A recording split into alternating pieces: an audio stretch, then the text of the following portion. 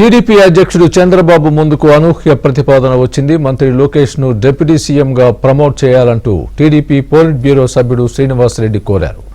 రాష్ట్ర అభివృద్ధి కోసం లోకేష్ కృషిని గుర్తించాలని విజ్ఞప్తి చేశారు. భవిష్యత్తులో పార్టీకి యువతకు భరోసా ఇవ్వాలంటే లోకేష్ ను డిప్యూటీ సీఎంగా ప్రమోట్ చేయాలంటూ మైదుకూరు సభలో చంద్రబాబుకు విజ్ఞప్తి చేశారు.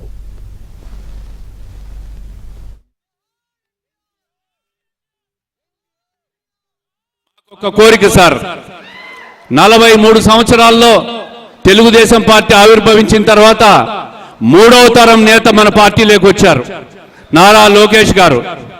మరి పార్టీకి భవిష్యత్తులో యువతకు ఒక భరోసా ఇవ్వాలన్నా, పార్టీకి భరోసా ఇవ్వాలన్నా నారా లోకేష్ గారిని డిప్యూటీ సీఎంగా ప్రమోట్ చేయాలని చెప్పి మేమందరం కూడా కోరుకుంటున్నాం సార్. దీనివల్ల పార్టీకి బ్రహ్మాండమైన భవిష్యత్తు ఉంటుంది. అన్ని రకాలుగా యువతను ప్రోత్సహించే విధంగా ఆయన ఈరోజు ఐటీ రంగానికి కానీ, పారిశ్రామిక రంగానికి కానీ, అనేక సంస్థలు రాష్ట్రానికి తీసుకొచ్చే దాంట్లో కానీ ఆయన చేస్తున్న కృషిని ప్రజలందరూ గమనిస్తున్నాం.